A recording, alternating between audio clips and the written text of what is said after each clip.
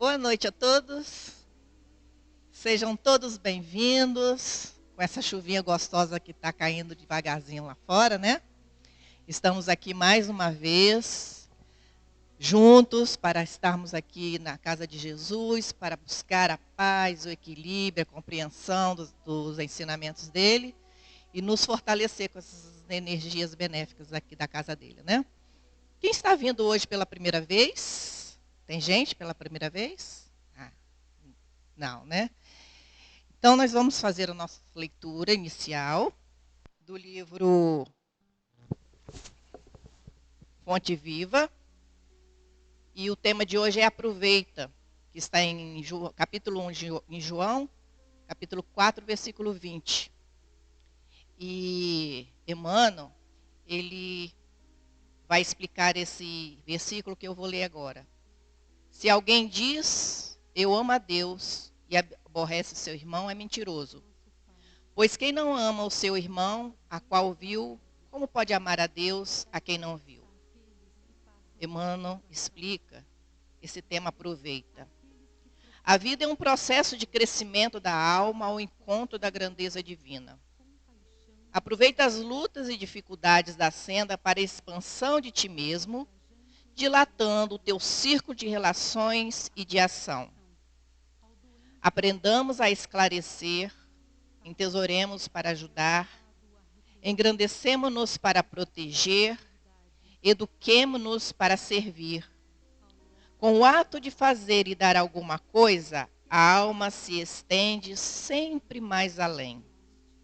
Guardando a bênção recebida para si somente, o espírito muitas vezes apenas se adorna, mas espalhando a riqueza de que é portador, cresce constantemente. Na prestação de serviço aos semelhantes, incorpora-se naturalmente ao coro das alegrias que provoca. No ensinamento ao aprendiz, liga-se aos benefícios da lição.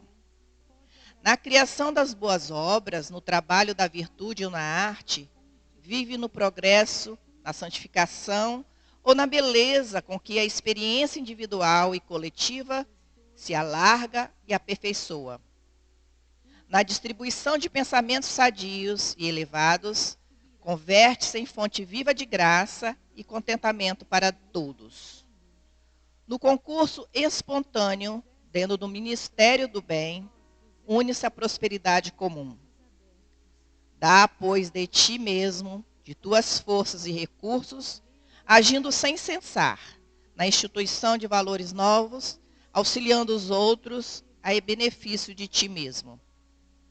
O mundo é caminho vasto de evolução e aprimoramento, onde transita ao teu lado a ignorância e a fraqueza. Aproveita a gloriosa oportunidade de expansão que a esfera física te confere e ajuda quem passa, sem cogitar de pagamento de qualquer natureza. O próximo é a nossa ponte de ligação com Deus. Se buscas o Pai, ajuda teu irmão, amparando-vos reciprocamente. Porque, segundo a palavra iluminada do evangelista, se alguém diz, eu amo a Deus, e aborrece o semelhante, é mentiroso. Pois quem não ama o companheiro com quem convive, como pode amar a Deus, a quem ainda não conhece? Já nos preenchendo das informações do alto, para que possamos cada vez mais no aprendizado do amor, a nós mesmos, a Deus e ao nosso próximo, aqui nos fortalecer nessa casa de Jesus, buscando o que é necessário para a nossa alma. E assim, que essas benesses de amor e paz sejam irradiadas para o nosso país, para os momentos de dificuldade no mundo que todos nós, encarnados e desencarnados, estamos passando, mas potencializando em nosso coração a fé, o amor e a sabedoria, com certeza, no nosso caminhar, cheio de luz, do amparo de Jesus e da espiritualidade amiga, com certeza, potencializando a nossa vontade, iremos tranquilos e harmoniosos ao seu encontro e buscando cada vez mais a nossa cura. Que Jesus nos abençoe hoje e sempre. Que assim seja.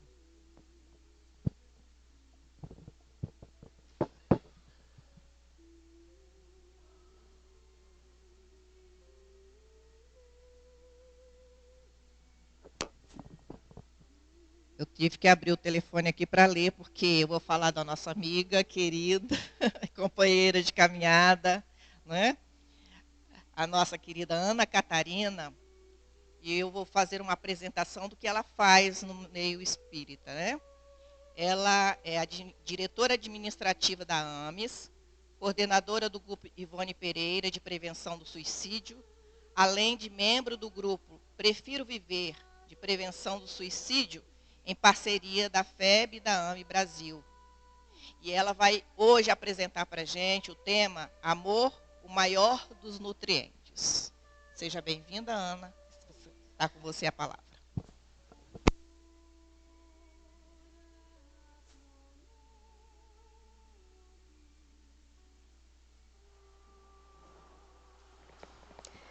Boa noite, amigos. Os amigos aqui presentes e os amigos que nos assistem pelos meios eletrônicos disponíveis. Nosso muito obrigado. Rogamos a Deus e aos benfeitores amigos que nos inspirem na reflexão da noite de hoje. Quando a gente vai falar de amor e de nutrientes, talvez de uma maneira rápida, a gente possa imaginar que estaremos falando de algo que seja muito comum, e realmente é, mas algo que a gente compreende bem. Aí isso a humanidade ainda não compreende bem. Por incrível que pareça, apesar de todo o desenvolvimento tecnológico, de todo o avanço do conhecimento, entender adequadamente o que é uma substância considerada nutritiva ainda é uma dificuldade para a maioria das pessoas no planeta. Imaginem entender, sentir e agir, ou seja, compreender, sentir e amar. Então a coisa vai complicando mais um pouquinho. Para facilitar a nossa compreensão, a gente vai pedir ajuda aos estudiosos e, no caso aqui, eu trouxe a definição de nutriente e de alimentos de duas nutricionistas, a doutora Graça Teixeira e a doutora Karina Abud. A doutora Graça Teixeira, ela vai nos dizer que alimentos são substâncias químicas utilizadas pelos seres como fontes de matéria-prima e energia para a realização das funções vitais. Bonito, né? Dá para a gente ter uma ideia do que seja alimento. Todo alimento é nutritivo? Não. Nem todo alimento é nutritivo. Nem todo alimento é um nutriente. É uma substância que nos nutre, que nos faz bem. Então, a doutora Karina vai nos dizer que nutrientes são as substâncias encontradas nos alimentos úteis. Então, ela está nos contando aqui já que nos alimentos existem substâncias que não são úteis. Para o metabolismo orgânico, ou seja, para as reações químicas que são realizadas no organismo, e que são indispensáveis para que a gente cresça, se desenvolva e que se mantenha adequadamente as funções vitais dos organismos. Quais são as funções vitais? Batimentos cardíacos, funcionamento adequado do coração, pulmão, cérebro, os órgãos do aparelho digestivo e urinário. Mas, sobretudo, quando a gente fala de função vital, do ponto de vista técnico, a gente se refere muito mais a coração, pulmão e cérebro. Gente, então, a partir daí, a gente já pode compreender que existe uma diferença técnica, e a gente, nesse primeiro momento da nossa conversa, nós vamos trazer os aspectos técnicos entre nutrição, entre nutriente e alimento. Quais são, então, essas diferenças? O alimento, eles não são formados apenas por nutrientes, já deu para entender pela definição anterior. E os nutrientes, eles não têm função bioquímica, eles não têm aquela função de manter o funcionamento das funções vitais e nos manter vivos e da realização do metabolismo. Enquanto que o nutriente, eles são parte dos alimentos que o nosso corpo vai utilizar e que ele realmente necessita para existir e funcionar. O que é um alimento que não é um nutriente? Açúcar, por exemplo, refrigerante, por exemplo, alimentos ditos achocolatados, que às vezes você tem até assim, enriquecido de vitaminas, mas a grande e imensa maioria tem uma quantidade muito pequena de vitaminas que é insuficiente até às vezes para chegar na corrente sanguínea. As manteigas, entre aspas, de origem vegetal. Então, são inclusive substâncias que fazem parte do cotidiano de muitos de nós, que, no entanto, não só não são nutrientes para o nosso organismo, como também produzem reações inadequadas e, portanto, não fazem bem à saúde. Substâncias nutrientes.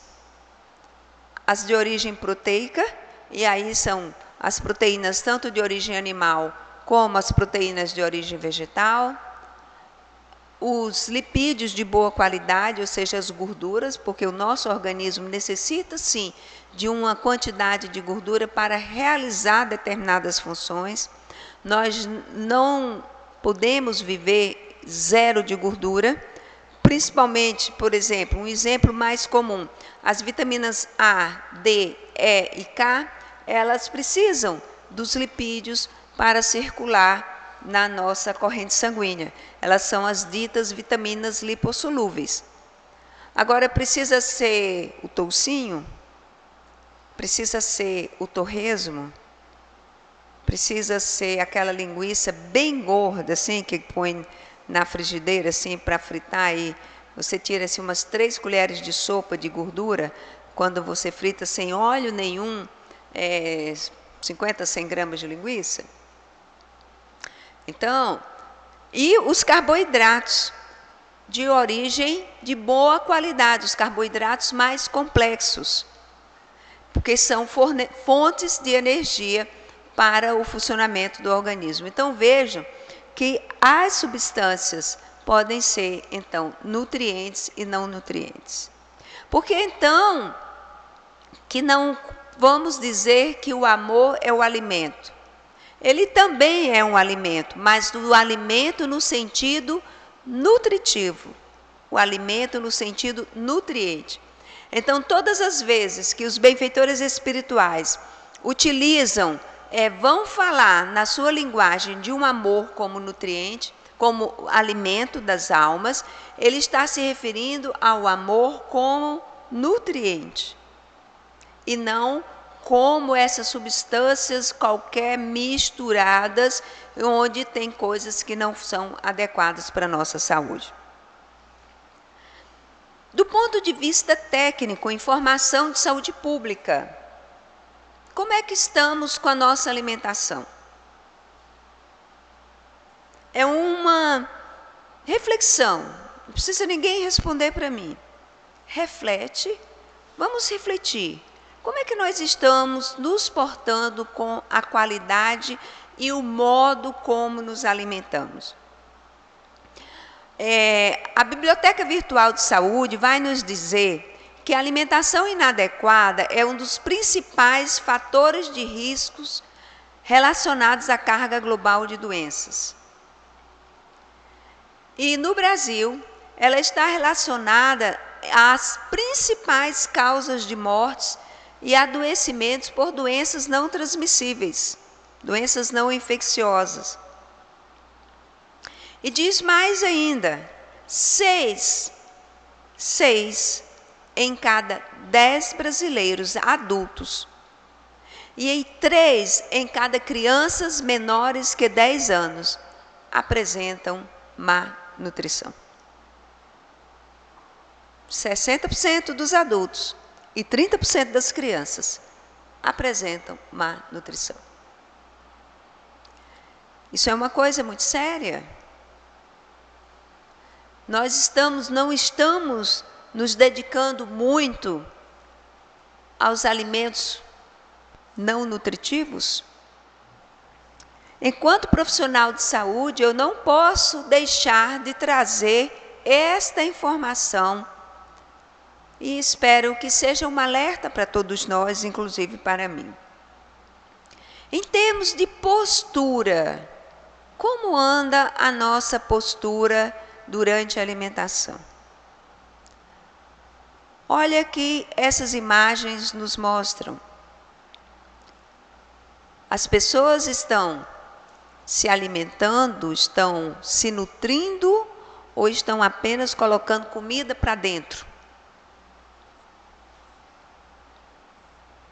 Porque a alimentação, ela também tem um componente emocional. Além do componente emocional, existe um sistema de informação estômago-cérebro que, a partir de determinada quantidade de substâncias, de alimentos que você coloca no seu estômago, ele envia uma mensagem para o cérebro dizendo, não estou mais com fome, já tem comida. Aí você se sente saciado e não come mais. Mas todas as vezes que a gente se alimenta vendo TV, vendo qualquer mídia eletrônica, celular, iPad, qualquer coisa, qualquer celular, você desvia a atenção cerebral dessa informação que o seu estômago está lhe mandando. Então é como se você mandasse um recado, eu dissesse assim, eu e Ligiamar temos uma grande amiga comum. Eu dissesse para ela, você pode por gentileza dizer à nossa amiga que na próxima semana eu vou visitá-la? Só que ela está tão ocupada com outra pessoa que ela passa pela amiga e não dá o recado. É assim que acontece todas as vezes que a gente se alimenta de alguma dessas formas aqui representadas. E essa foto do meio, onde tem os jovens, mais do que isso, a interação social, o momento de integração entre as pessoas que sentar ao redor de uma mesa propicia. Ninguém está com ninguém ali. Estão individualidades que por acaso sentaram na mesma mesa. Mas para este grupo de pessoas, assim como para esta família aqui representada por pai, mãe e filho, também ninguém está com ninguém. Olhem que a criança que não está com uma mídia, olha para um lado. Se fosse um vídeo, provavelmente ela estaria balançando a cabeça para a direita e para a esquerda. E ninguém dá atenção nem a ela, nem muito menos ao que está comendo.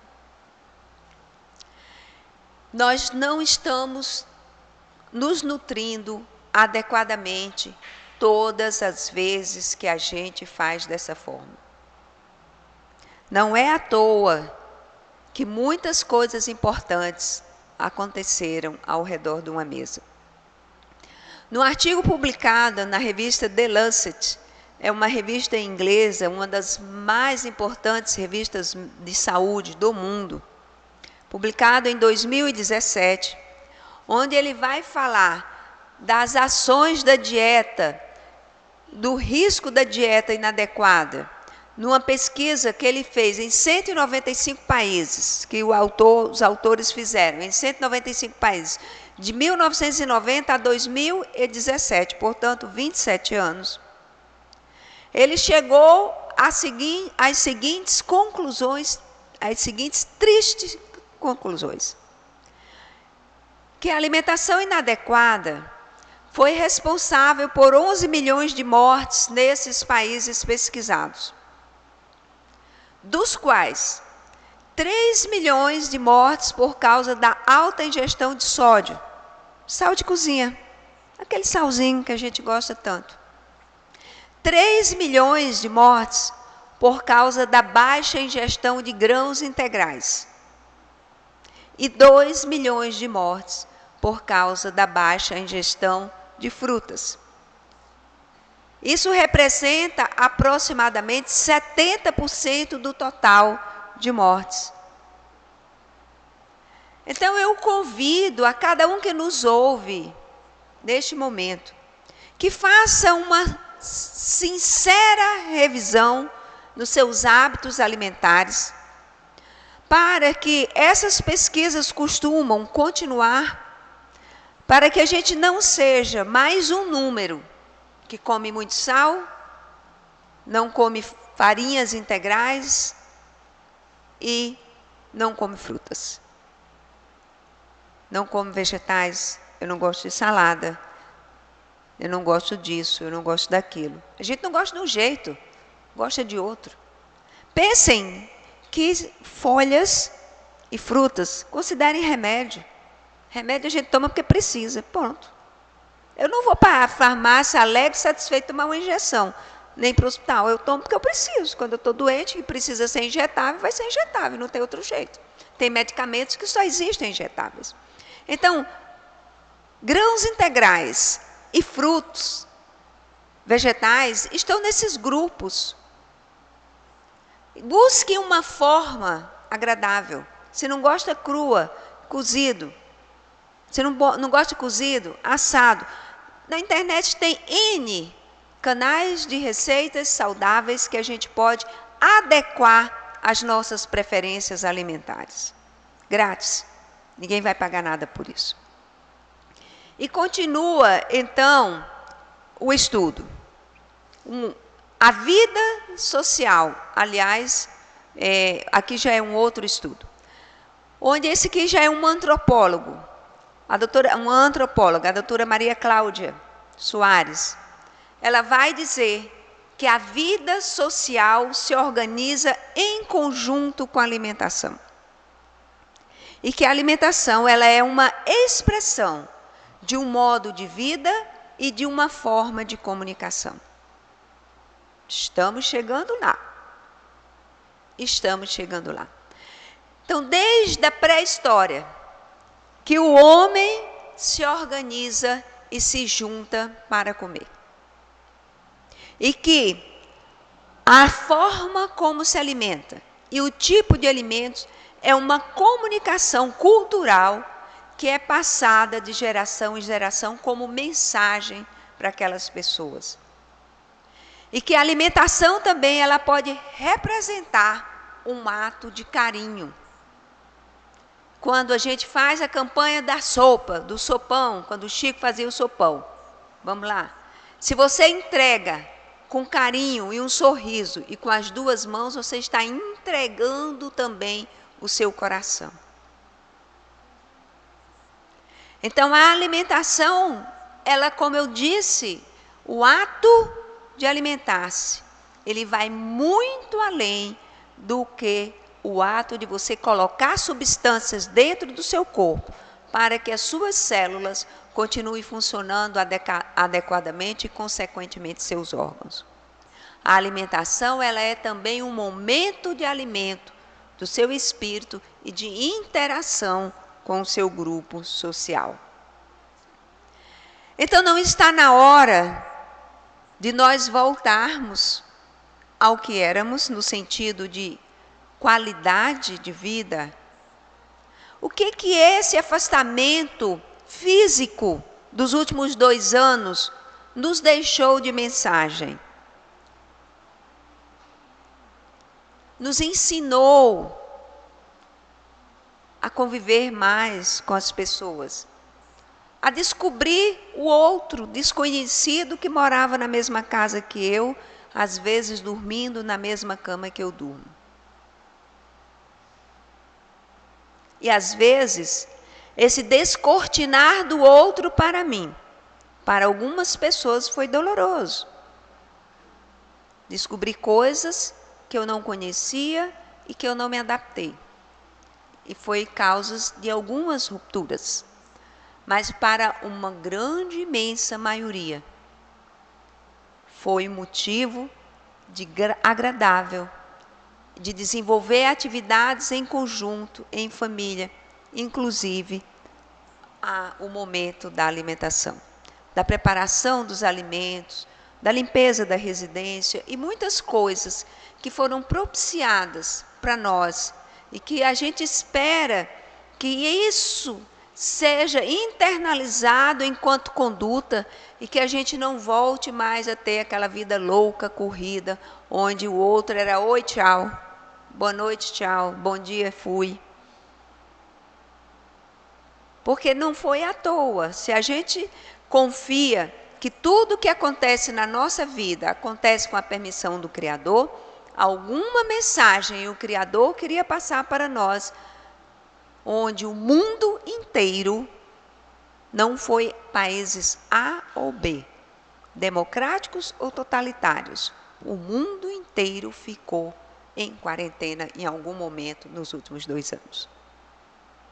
Então era algo que o mundo inteiro precisa rever. E se a gente não revisar isso adequadamente na nossa vida, não sabemos o que pode vir para a gente aprender. Então, reflitamos como está sendo para que a nossa vida seja mais integral. E o Dr. Dante Marcelo Claramonte, ele vai nos lembrar que em torno do ato de comer, os homens e inúmeras criaturas em todas as épocas foram constituindo alguns dos procedimentos, dos rituais, imagens e símbolos mais fortes e eloquentes na história da humanidade.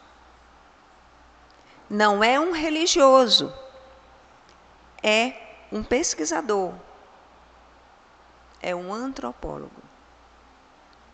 E aí representado um dos quadros mais reproduzidos de Leonardo da Vinci e talvez de todos os pintores do mundo inteiro, que é a Santa Ceia. E grandes mensagens, grandes ensinamentos deixou Jesus nesse momento.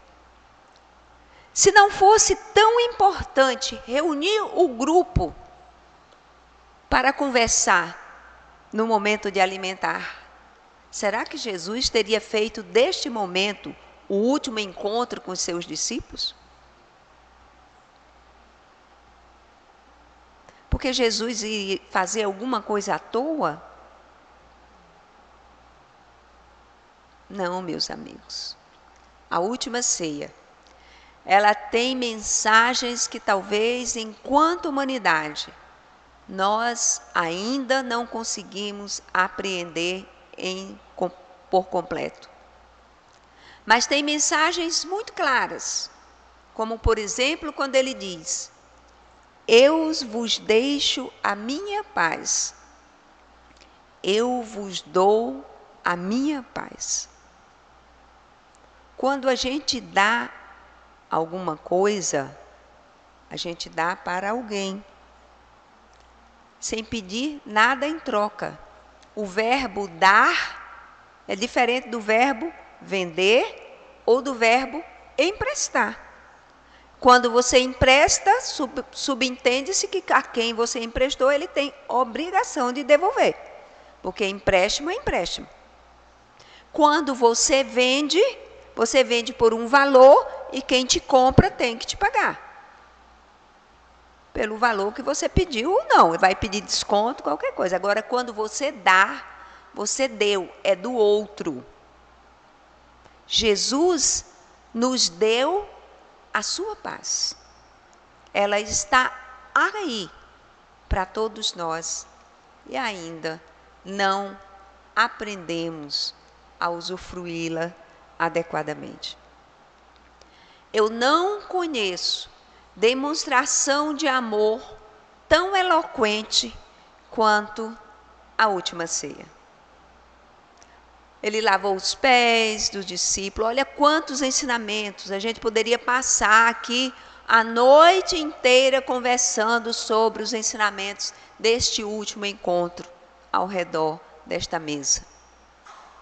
E aí, nós então começamos a nossa reflexão no tema mais importante da nossa conversa, que é o amor. E embora se fale no amor, se diga o eu te amo, que é ele muitas vezes confundido com paixões, não é muito compreendido, ele tem sido objeto de estudo e reflexão do filósofo ao psicólogo, desde Platão, Sócrates, até os dias de hoje. E o Espiritismo não ficou aquém nessa reflexão. Emmanuel, no livro O Consolador, um livro que foi publicado em 1939, vai nos dizer que amor é a lei da própria vida. 1939. Pensem que o livro foi publicado em 1939. Que Chico, nessa época, ainda trabalhava. Então, ele psicografava no horário do almoço. Ele almoçava, se recolhia no horário do almoço para psicografia e, à noite, no centro espírita. Depois que ele psicografava e era à mão, ele datilografava as mensagens. Depois, ele enviava para a FEB. E naquela época não tinha e-mail, era correio. E o avião, eu acho que nem tinha em 1939 aqui no Brasil, como temos parecido hoje. Talvez fosse de estafeta ainda, né? Quase a cavalo, ia de ônibus. Então, quando que essas mensagens chegaram a Chico?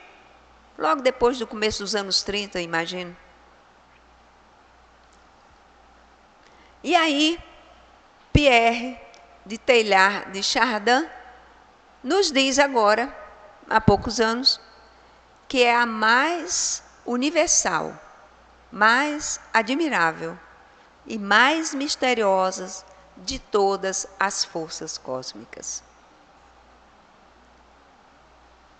Emmanuel disse numa frase, e ele ampliou a mesma coisa que o Emmanuel diz. Mas não ficamos por aí. O Emmanuel, ele vai falar muito mais do que o Teilhard falou. Porque ele vai dizer, ainda no Consolador e ainda na questão 322, onde começa o amor. Porque essa é a grande pergunta dos antropólogos. A gente falar de sentimento amoroso, nesse momento evolutivo que nós estamos, onde nós temos uma razoável capacidade de compreensão, é mais fácil. Mas quando foi que, enquanto humanidade, nós começamos a desenvolver o amor? Isso tem sido objeto de muito estudo. Emmanuel disse lá, e nós sabemos que nós somos, teve uma época que nós éramos princípios inteligentes, que nós somos criados simples e ignorantes, que nós nascemos no mineral, dormimos no vegetal, sonhamos no animal e despertamos no reino humano, hominídeo. Ele diz lá nessa questão que na poeira cósmica, a respeito do amor, essa questão se trata do amor, nós vamos encontrar o amor nas atrações magnéticas profundas entre os minerais, entre os átomos. Nos corpos simples, ou seja, nos seres unicelulares, nos animais mais primitivos, nas precipitações da química, nas reações químicas que se atraem. É um ato de amor quando uma molécula de oxigênio resolveu se juntar com 2 moléculas de hidrogênio. A atração que uniu nesta proporção fez surgir uma substância chamada água, que é essencial à vida. É um ato de amor. Nas palavras de Emmanuel, as atrações magnéticas profundas e nas precipitações químicas. Nos reinos mineral e vegetal, verificamos o problema das combinações indispensáveis. Por exemplo, como nós falamos agora há pouco, da água. Então, na visão espírita, os primórdios, os primeiros sinais entre nós, enquanto dormíamos, enquanto princípio inteligente, vai surgir nas atrações, nas reações químicas, no metabolismo que os seres mais simples conseguiam resolver. E para os antropólogos, o que dizem os antropólogos? Eles vão dizer que houve um momento marcante para o surgimento do amor. Quando nós perdemos, nós deixamos de ser quadrúpedes, já macacos, ali naquela primeira fotinha onde a gente precisava da mão para caminhar, para nos sustentar nos galhos das árvores. Quando nós perdemos a cauda e nós passamos a ser bípedes, aconteceu uma coisa muito interessante no desenvolvimento da humanidade. Aquele animal que tinha uma visão limitada do outro, porque como quadrúpede, ele primeiro viu o chão, ele passou a ver o outro cara a cara, porque o seu tronco estava livre da cintura para cima. As suas mãos estavam livres, elas não precisavam delas como os macacos precisavam, os antes dos hominídeos. Quando nós começamos a ser Homo sapiens, e na medida em que eu vi o outro, eu comecei a perceber que existiam diferenças, que eu era diferente do outro, embora com um aspecto físico, com os mesmos 2 braços, 2 pernas, um nariz, 2 orelhas, uma boca. E esse ver o outro de uma forma diferente me fez atrair ou não para determinadas pessoas. E nessa época, o espírito ainda muito rudimentar, essa atração foi meramente física, mas já era, na leitura dos antropólogos, o primeiro sinal de surgimento do amor. Então, era a atração física, era a atração apenas para a cópula. Os sociólogos vão nos dizer que o segundo sinal mais importante foi a linguagem, porque uma das coisas que se desenvolveu também foi a linguagem.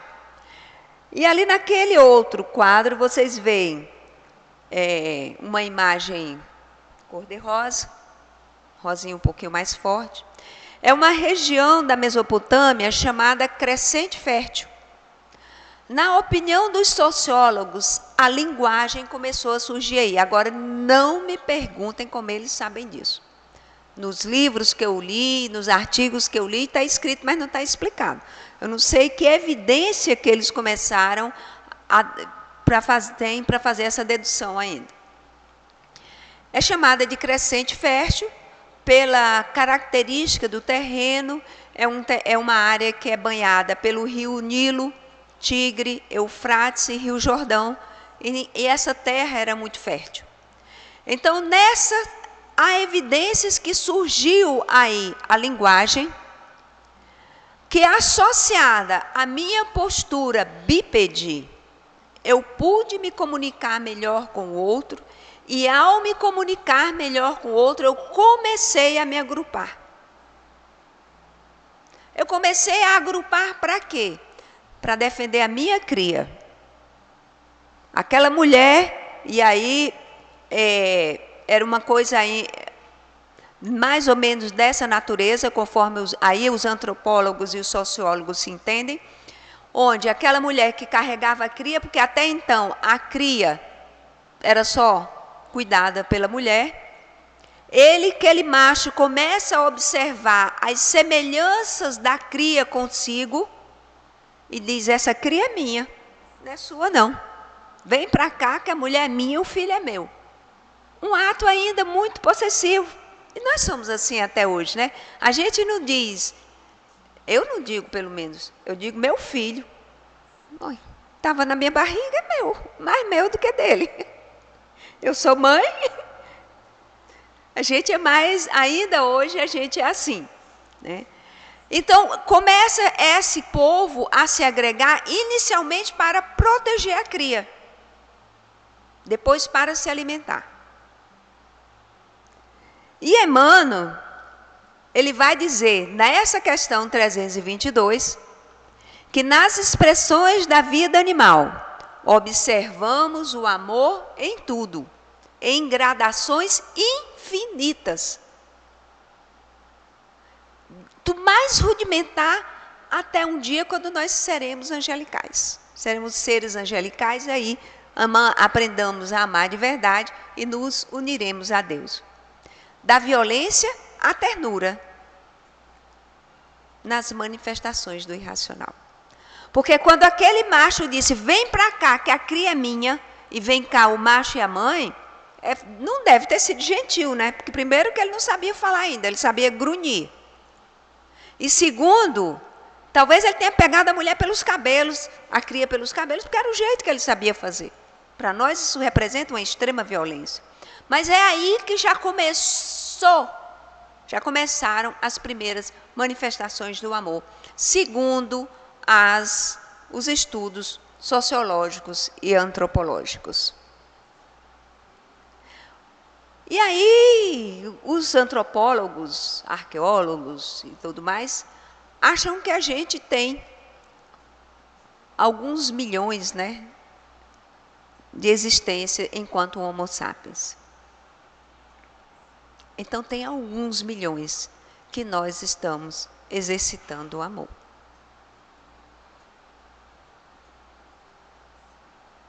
Que nós estamos tentando amar. E nenhum de nós, acho eu, que consegue dizer como Jesus, eu vos deixo a paz.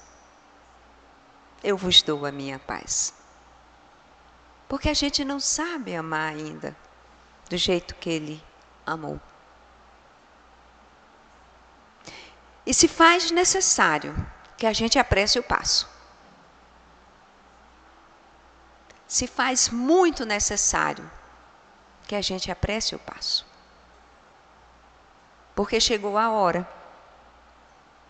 A hora já é chegada de sermos conhecidos como discípulos de Jesus. E ele disse que os discípulos deles seriam conhecidos por muitos se amarem.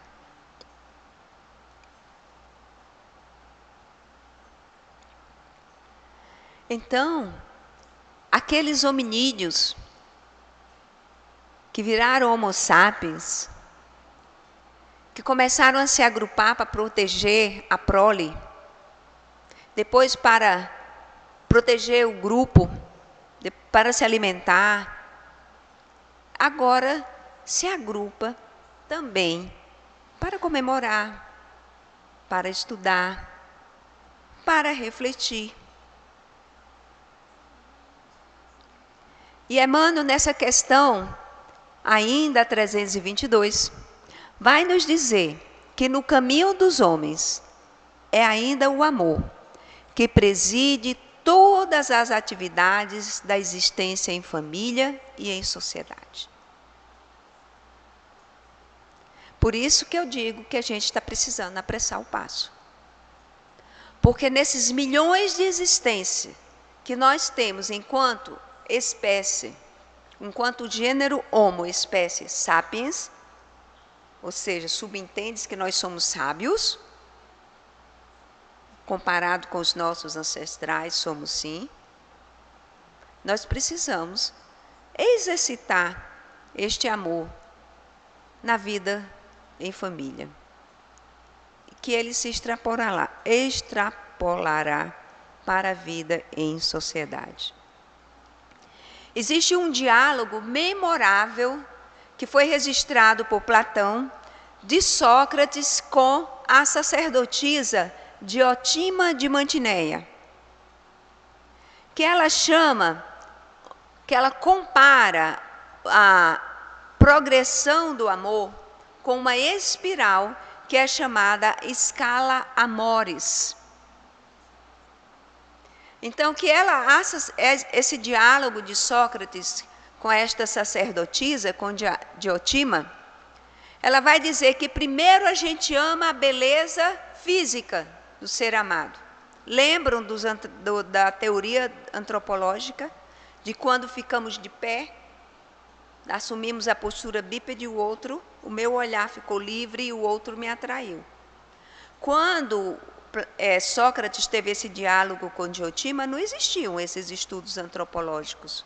Isso foi lá na Grécia, alguns anos antes de Cristo.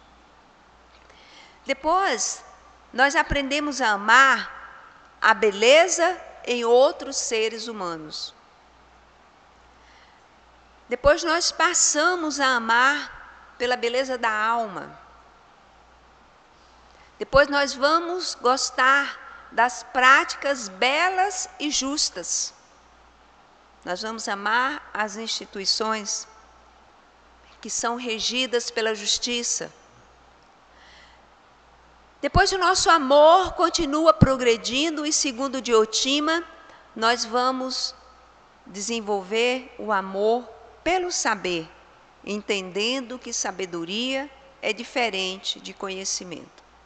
E por fim, quando a gente amar pela beleza, pelo belo que há em cada um de nós, na sua essência, então, segundo Diotima, nós teremos chegado ao amor puro, que é aquele amor que nos une a Deus.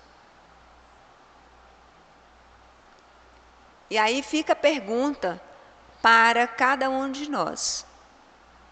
De acordo com a escala Amoris, de Diotima de Mantineia, onde está o teu amor? Você não precisa compartilhar com ninguém, porque o negócio vai ser sempre entre você e o Criador. É você refletir em que ponto dessa espiral está o seu amor. E se ela pode melhorar um pouquinho mais. Continuando ainda com Emmanuel, ele vai dizer que das expressões da sexualidade, o amor caminha para o supersexualismo, e aí ele vai chamar de supersexualismo a sensualidade, que aqui quando ele fala de expressões de sexualidade, eu entendi que ele está falando da questão animal, da cópula. E aí ele vai dizer que esse amor vai caminhar para o supersexualismo, a questão da sensualidade, e em todas as suas gradações, até chegar às sublimadas emoções da espiritualidade pura, pela renúncia, pelo trabalho santificante, até alcançar o amor divino, que é um atributo dos espíritos evoluídos, que aqui ele chama de seres angélicos. E quando formos assim, então, nós poderemos dizer para outros povos: eu vos deixo a paz, eu vos dou a minha paz. Reflitamos se a gente está compreendendo realmente o amor, ou se a gente é expectante se a gente está na nossa infância, muito infância ainda, na creche, no jardim da infância, olhando e vendo as coisas acontecerem. Uma pesquisa feita com uma dissertação, uma tese de doutorado que está registrada na USP, ele avaliou como 600 pessoas compreendiam o amor. Dessas 600 pessoas, 390 eram mulheres e 209 eram homens, com a idade média de 23 anos e 8 meses, e que esse pesquisador concluiu que, com o passar do tempo, as pessoas vão associando o amor às representações positivas e menos a aspectos românticos, familiares e às amizades. Que as mulheres, mais do que os homens, associam mais do que os homens o amor à amizade, à família, aos animais, como fonte de emoção. E que quanto maior o grau de escolaridade dos participantes da amostra estudada, mais eles vão associando o amor aos aspectos negativos, para os aspectos positivos. Vejam que tem gente pesquisando sobre o amor até hoje. Não foi somente Sócrates que se preocupou e foi conversar com a sacerdotisa Diotima de Mantineia. Ana Luz Braz Nogueira, uma pesquisadora, uma psicóloga, que fez do seu trabalho de pesquisa, ela pesquisa até hoje sobre o amor, ela vai dizer que esse sentimento é uma característica própria do ser humano, uma tendência inata, ou seja, para a psicologia, aquela teoria dos antropólogos, de que a primeira manifestação do amor, quando assume a postura bípede, então ela corrobora, é uma tendência inata da espécie e dos responsáveis. É um dos responsáveis pelo crescimento e desenvolvimento de todos nós humanos. E Emmanuel vai nos dizer, corroborando, aliás, ela corrobora a fala de Emmanuel, porque ela falou depois, que o amor brilha em tudo e em tudo palpita, na mesma vibração de sabedoria e beleza. É o fundamento da vida e justiça de toda a lei. Aquilo que é fundamental é aquilo que não pode faltar. Então o amor, ele é a base, ainda que você não saiba amar. Alguém amou por você. Seus pais, os benfeitores espirituais que afiançaram sua reencarnação, Deus, Jesus. Erich Fromm é um psicanalista, um psiquiatra que também estuda muito o amor. E ele vai dizer que essa satisfação no amor individual, ela não pode ser atingida. Você, enquanto indivíduo, não vai conseguir ainda a satisfação individual do amor sem a capacidade de amar o próximo. Não é um teólogo falando, é um pesquisador. E aí, voltando a Ana Lúcia, ela vai dizer que ele é essencial para a realização da pessoa em plenitude. Então, se ainda não nos sentimos em plenitude, é porque ainda estamos aprendendo a amar.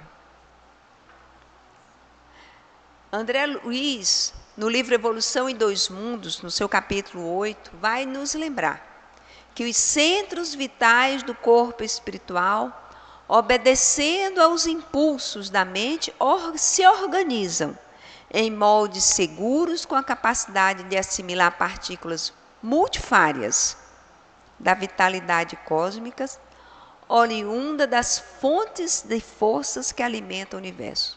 Que fontes de forças são essas que alimentam o universo? O amor de Deus. O amor de Deus. Nos lembrando que o maior sustentáculo das criaturas é justamente o amor. sendo Ele o pão divino de nossas almas. Como é então que é o amor? Se Ele é o pão das almas, como é que é o amor? O apóstolo Paulo, ele vai nos dizer: ainda que eu fale a língua dos homens e dos anjos, ainda que eu tenha o dom da profecia e saiba todos os mistérios e todo o conhecimento, ainda que eu dê aos pobres tudo o que possui e entregue o meu corpo para ser queimado, nada disso é amor. O amor não se alegra com a injustiça, se alegra com a verdade. Tudo sofre, tudo crê, tudo espera, tudo suporta. Nunca perece, nunca morre. Permanecem 3 virtudes: a fé, a esperança e o amor. Porém, o maior deles é o amor. Que nós possamos, então, compreender, pelo menos isso, que o amor é o que resume toda a doutrina de Jesus. Foi o amor que fez Jesus se preparar durante 1000 anos para reencarnar em nosso planeta, para ser o exemplo vivo de como se ama, para ser o modelo e guia oferecido por Deus para a humanidade, conforme consta no Livro dos Espíritos. Eu agradeço a atenção de todos vocês, muito obrigada por estarem aqui. Que vocês já consigam amar um pouco, que nós já consigamos amar um pouco. A gente sabe que a gente ainda não é Jesus, mas também a gente não é mais aqueles primatas que acabou de perder a cauda, de deixar de ser quadrúpede para ser bípede. Nós já conseguimos caminhar um pouquinho, mas também nós podemos apressar um pouquinho o passo. Muita paz a todos, e a gente deixa aqui o nosso convite para que vocês possam participar da jornada da Associação Médico Espírita, que é exatamente sobre o amor, a vitória do amor, comemorando os 30 anos da Associação Médico Espírita. Será em formato misto, híbrido, virtual ou presencial. Vocês podem obter informações no site www.ames.org.br. Nós vamos contar com alguns palestrantes muito interessantes. Divaldo Franco vai fazer a conferência de abertura, porque ele fez a conferência de fundação da AME. Aí teremos o Carlos Roberto, o Décio, o Edson Luiz, o Gilson, a Irvênia, a Janine, o Roberto, o Sérgio Lopes.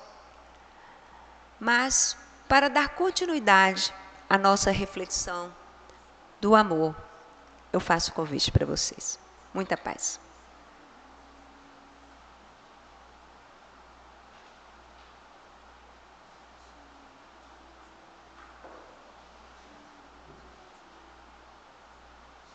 Oi. Oi. Ana, muito obrigado. Foi maravilhoso, não foi, gente?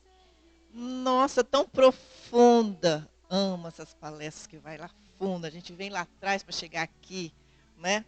E aí ver o quanto a gente tem que se esforçar, né? Todos os dias para fazer essa reforma íntima, para o aprendizado do amor, que é a nossa cura, né, gente? Que é a nossa cura. Parabéns, Ana.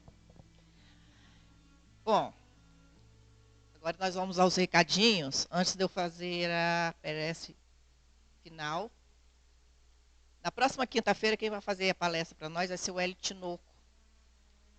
Ele é espírita mesmo da UEC, daqui, né? E o tema vai ser: O Senhor me chamou a trabalhar. Para a gente aprender a amar, a gente tem que trabalhar, né, gente? Bem a calhar, né? E lembrando a todos, e quem não sabe também, que nem eu sabia, né? Que a livraria está no período de férias. E ela só está abrindo durante as reuniões, que é no dia de hoje, durante a reunião doutrinária. E em setembro nós vamos vai acontecer aqui um bazar da solidariedade. Quem quiser, né, vai lá nos armários, né, pega um monte de coisa que não está lá guardadinha, que não está usando, a gente fala, vai usar, passa usando, a gente não usa. Né, vamos fazer uma trouxinha lá, até utensílios, né, de cozinha, que vocês quiserem, toalha de banho, de mesa, de cama, vestuário, calçado, tudo que tiver em bom estado, tá, gente? Para a gente colocar no bazar, vai ser muito bem-vindo. E esse trabalho é um trabalho de amor, né? E de desapego. E aí, quem quiser pode entregar aqui nas quintas-feiras à noite, tá bom? Enquanto a livraria está de férias, pode trazer à noite. Quem quiser também ser voluntário da casa, tarefeiro da casa, convidamos também a participar, a se integrar à nossa casa, o EC, né? Tem muito trabalho aqui a fazer. E é só procurar na livraria, dar o nome para alguns de nós também procurar. Tá? Pode deixar o nome, o telefone, que entre em contato. Esses foram os nossos recadinhos de hoje. Agora nós vamos fazer a nossa prece final, potencializando esse momento de amor aqui. E depois também nós vamos ter o passe individual. Quem quiser, ainda sentir necessidade, pode ficar em seus lugares, que virá um companheiro, uma companheira, para levar a sala de passe, ok? Então vamos agradecer a Jesus, a espiritualidade, por estarmos aqui juntos mais uma vez, ter essa oportunidade de aprendizado em todos os momentos em que buscamos, para nos fortalecer e para que possamos compreender, porque é na compreensão, Senhor, que fazemos a ação do nosso trabalho, do nosso ato de amor. Que Jesus nos abençoe, boa noite a todos, que vão em paz e tenham uma ótima noite de sono. Muito obrigada a todos.